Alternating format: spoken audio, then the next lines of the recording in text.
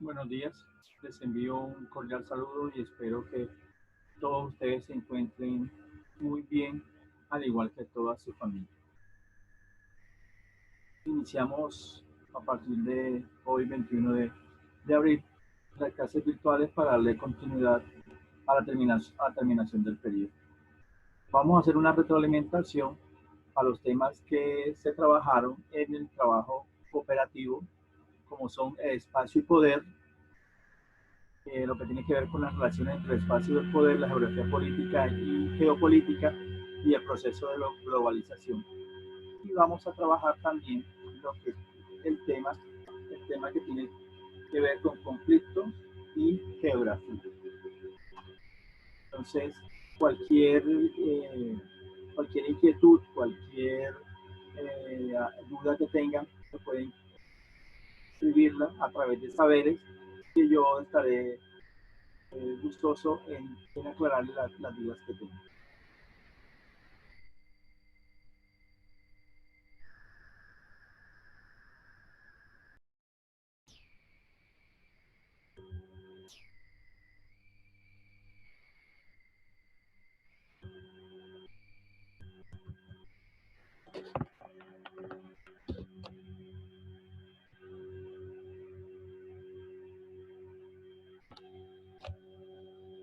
Cuando hablamos de las relaciones entre el espacio y el poder, esto hace que el gran porcentaje de las relaciones sociales que se dan, sea ya dentro de un país o fuera de un país, son asimétricas y desiguales. Implica que los objetivos e intereses de las personas sean diferentes. De esta manera se generan relaciones de dominio, dependencia, resistencia. Es lo que tiene que ver con las relaciones de poder. Un ejemplo es la delimitación de las áreas fronterizas por parte de cada uno de los estados. Cuando hablamos de geografía política, tenemos que aclarar que el objeto de estudio de la geografía política son las relaciones de poder y la manifestación espacial. Ahí se dan una serie de acciones, pero las que predominan son el dominio y el control. Dominio y control sobre el espacio geográfico. La geografía política también se caracteriza por elaborar un análisis a diferentes escalas de qué, del estudio que hace de las relaciones de poder, en qué sentido, en un barrio, en una ciudad o entre estados, como lo pueden estar viendo ahí en la diapositiva. Hay que aclarar, antes de pasar a lo que tiene que ver con geopolítica, que la diferencia entre geografía política y geopolítica es que la geografía política es de manera interna de un Estado. O sea, podemos decirlo en términos económicos, la parte micro. Y cuando hablamos de la geopolítica, ella va a estudiar son las relaciones de espacio y poder, pero en el ámbito internacional, es decir, entre estados, fuera del país. Esta se desarrolló a principios del siglo XX, justificando o para justificar el expansionismo e imperialismo de las potencias europeas. Cuando hablamos de las dimensiones espaciales del poder, para consolidar esos intereses, objetivos sobre el espacio, se ha diseñado una serie de mecanismos y de acciones que se llevan a cabo. ¿Sí? El primer mecanismo sería la organización del espacio. Cuando hablamos de organización del espacio, es organizar de acuerdo a los objetivos del grupo social dominante. Ejemplo, las plazas de los pueblos. Si los que les gusta recorrer los pueblos cercanos aquí en la sabana cundiboyacense, podrán observar que siempre en la plaza central va a estar la alcaldía, la Casa de la Cultura, de pronto los bancos y la gente que tiene mayor prestancia económica. Entonces, por eso hablamos de grupo social dominante. Cuando hablamos de la forma espacial es cuando en un grupo social se dan comportamientos que están en contra de lo establecido por la sociedad o que están en contra de las normas que nos regulan nuestro comportamiento. Entonces se hace una forma especial de ese espacio.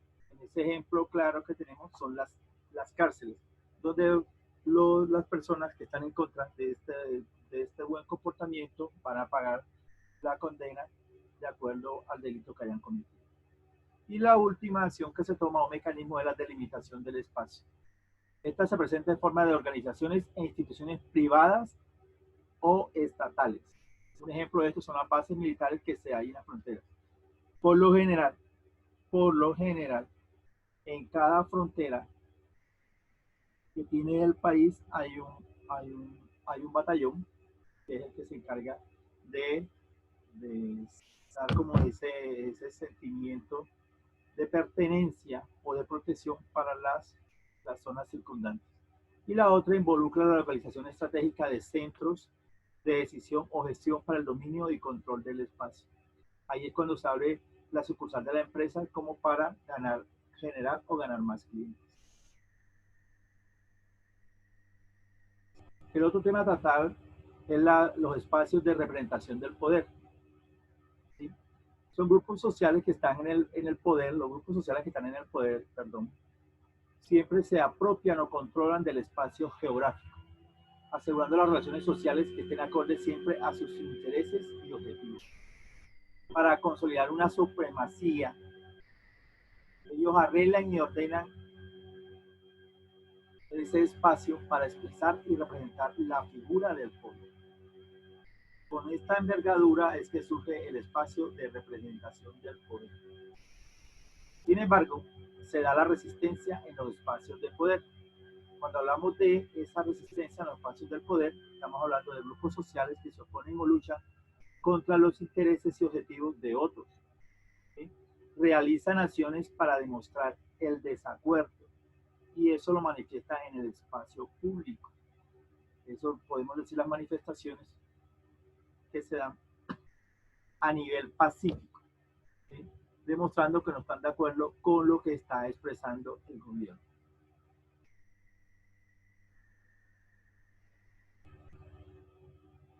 El último tema referente a espacio y poder es el proceso de globalización que ya todos conocen y que se ha venido tratando desde años anteriores, de pronto de manera superficial, pero no es un tema que está ajeno a ustedes porque se vive en la cotidianidad. Ya podemos decir antes de hablar de globalización que el mejor ejemplo de globalización es la Comunidad Económica Europea, donde todos los países manejan los países europeos, sacando Inglaterra, manejan una sola moneda que se llama euro. ¿Sí? Entonces, el proceso de globalización es el incremento de la interdependencia socioeconómica y cultural entre los países, ¿sí? Producto de dos situaciones como son la tecnología y la comunicación, que van a transformar la concepción de espacio y tiempo. ¿Gracias a qué? A la disminución de las distancias y a la inmediatez con la que se accede o se llega a la información. Hay dos interpretaciones. La que da el geógrafo David Harvey, que es un proceso global que tiene dos caras. Hay un mundo que comparte pautas de consumo, ¿sí? Esas pautas de consumo las compartimos porque son transmitidos por los medios de comunicación y en el proceso productivo está distribuido por todo el planeta. Y el otro mundo es un mundo rural y marginado que no logra acceder a dicha globalización. Claro está que estos dos mundos, tanto el mundo que comparte las pautas de consumo como el mundo rural y marginado, se complementan. ¿En qué manera? En que ese mundo rural y marginado es el que aporta la mano de obra para la fabricación de todo lo que nosotros consumimos. Eso es lo que dice el geógrafo David Harvey. Y el sociólogo Immanuel, no sé pronunciar el apellido como está ahí en la diapositiva, habla de la teoría del sistema mundo. Él dice que hay unos países que producen recursos que solamente se limitan a producir recursos y los otros se limitan a transformarlos o consumirlos. Un ejemplo de esa estructura global del sistema mundo del sociólogo Immanuel sería que Estados Unidos se va a concentrar en el centro y África y Latinoamérica en la periferia. ¿Por qué? Porque África y Latinoamérica solamente se encargarían de la producción de materia prima o de la producción de recursos para que ellos puedan transformarlos o consumirlos. Y hay otros países que están que del sureste asiático que están en la periferia porque han tenido un desarrollo más notorio que Latinoamérica y África. Con este tema damos por terminado lo que tiene que ver con espacio y poder. Cuando hablamos de conflicto y geografía, que sería el otro tema tratado, estamos hablando del espacio geográfico y el conflicto, y estamos hablando de la geografía y los conflictos. El espacio geográfico y el conflicto. El espacio geográfico es el producto del enfrentamiento entre los diversos intereses. ¿De quiénes? De los diferentes actores sociales. Ya usted sabe que en una ciudad están los que producen, los que consumen y los que regulan. El ejemplo de esto es la construcción de locales comerciales en una zona residencial. ¿Qué sucede aquí con ese espacio geográfico? Que de pronto el beneficiado es la constructora, pero los que están en esa zona residencial no están de acuerdo porque ya les va a cambiar la vida. De pronto, si es tranquila, va a estar ya más acelerada, por decirlo así de esa manera, o el tráfico va a cambiar, o de pronto pensarán de que la seguridad también va a cambiar. Entonces ahí se están jugando ciertos intereses. Siempre va, y por eso se va a dar siempre el conflicto por ese espacio geográfico. La noción de conflicto es inherente a la producción del espacio geográfico. O sea, inherente, ¿qué quiere decir? Que nace con ese espacio geográfico, que está ligada a ese espacio geográfico, que no se separa de ese espacio geográfico.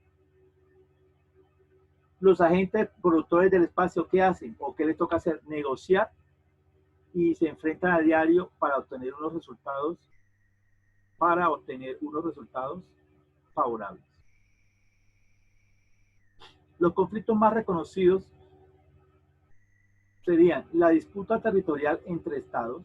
Esta busca establecer posesión y control sobre una zona determinada. En este tipo de conflictos no siempre hay un enfrentamiento armado y no siempre los territorios están necesariamente conectados físicamente. Este tipo de conflictos son de escala internacional porque es entre estados. ¿Sí? Para su resolución puede intervenir por ser neutrales, ¿quiénes? La ONU y la Corte Internacional de Justicia, o más conocida como la Haya. Y el otro conflicto reconocido es el separatismo. Los habitantes reivindican sus diferencias, o sea, recalcan o dan a conocer esas diferencias culturales, lingüísticas y religiosas que tienen frente a un Estado. Un ejemplo de esto sería el de Cataluña, el quererse separar de España.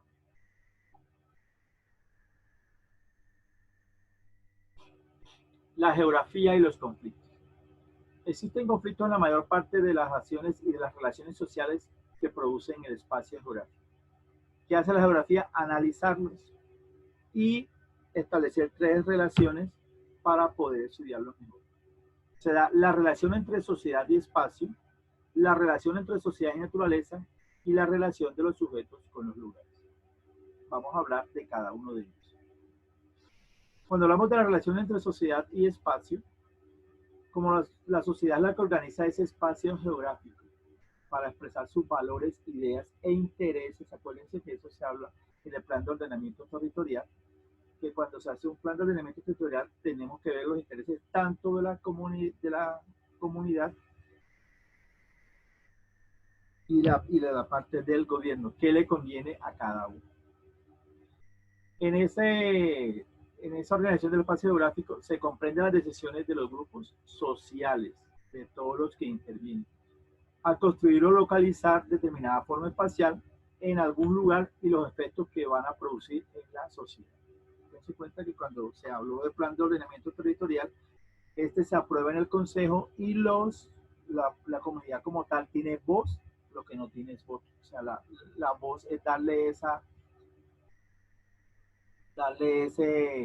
inconformidad para estar, a ver si están de acuerdo o están en desacuerdo. El conflicto en la ciudad está relacionado con la planeación y el desarrollo urbano, como veníamos mencionando con el POT, Se enfrentan las autoridades gubernamentales de la ciudad y los grupos comunitarios que reivindican sus derechos en materia de vivienda e infraestructura. ¿Sí? Acuérdense que los actores de las ciudades son los que producen, los que consumen y los que regulan. Esos son los que se enfrentan cuando se va a hacer un plan de ordenamiento territorial que tiene que ver con el conflicto que se da en la ciudad. La segunda relación es la relación entre sociedad y naturaleza. Esta va a marcar las modificaciones que los grupos sociales hacen del medio natural para satisfacer sus necesidades básicas, para traer recursos y obtener ciertas ganancias. Ahí entra lo que tiene que ver la ecología política,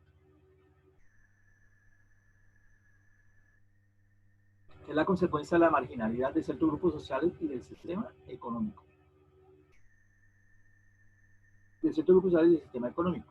Coloca la naturaleza fuera de la sociedad y la cuantifica para obtener rentas y dividendos, ¿sí? Produciendo desequilibrios de tipo ambiental. Aunque últimamente esto ha cambiado, si se acordarán ustedes, estamos en una época en que el centro, en la época contemporánea, el centro sería el hombre y su relación con el medio ambiente. La preocupación es por todo lo que se le puede causar al medio ambiente a raíz de lo que estamos viviendo, que es calentamiento global y reducción de la capa de ozono. Y la última relación es la relación del sujeto con el lugar. Esta hace referencia a la relación personal, psicológica y afectiva entre el individuo y el lugar o lugares que frecuenta o que habita, ¿sí? Ahí hay que tener algo en cuenta que se llama sentido de pertenencia. Las emociones y percepciones atan a un sujeto a un lugar que en cierta medida le brinda una identidad. Si usted, pongamos por ejemplo, si usted se va a mudar y a vivir, tiene ya 30, 40, 50 años, está viviendo ahí, el separarse de ese lugar donde vivió tanto tiempo le causa a usted ciertos sentimientos porque es como si se desprendiera algo suyo. De ahí estamos lo que decimos la parte personal, psicológica y afectiva. Ahí también vemos lo que se llama el conflicto por el derecho a la tierra, un problema constante en los espacios rurales en América Latina. Este conflicto con la tierra se dio desde la época de la conquista. Actualmente eso genera problemas como la pobreza, el desempleo, la baja calidad de vida, la migración del campo hacia la ciudad. La tenencia de la tierra es el principal conflicto en Colombia. Hay un vínculo, podemos no decirlo sagrado, pero sí hay un gran vínculo entre la tierra y la persona que la cultiva por la producción agrícola. Quien cultiva la tierra por lo general no es el propietario. Está arrendado o lo contrata para que la cuiden y como va a pasar todo el día ahí, entonces él hace su parcela y es una economía de tipo primario, porque solamente a pequeña escala, porque lo que va a producir es para su autosustento o para su autoconsumo. En algunas ocasiones son despojados de sus tierras. Entonces ahí podemos mencionar la violencia, ¿sí? O la falta de recursos para poder producir. Y el último, hablamos del conflicto por el acceso a la vivienda, de otro gran conflicto porque mucha gente o un gran porcentaje en el país no tiene vivienda propia y tampoco los medios para conseguir. También se da porque el producto es producto de que el sector de la construcción utiliza las mejores tierras o los mejores terrenos para los proyectos de personas de altos ingresos. ¿Y qué le queda a la persona de escasos recursos? Los terrenos de la periferia o los que están cerca de los cauces de agua que son ocupados por las personas que vienen siendo ocupados por las personas de bajos recursos. Bueno, muchachos, con este tema podemos decir que se ha hecho una retroalimentación de lo que ustedes expusieron en la primera semana que empezamos a trabajar de manera virtual.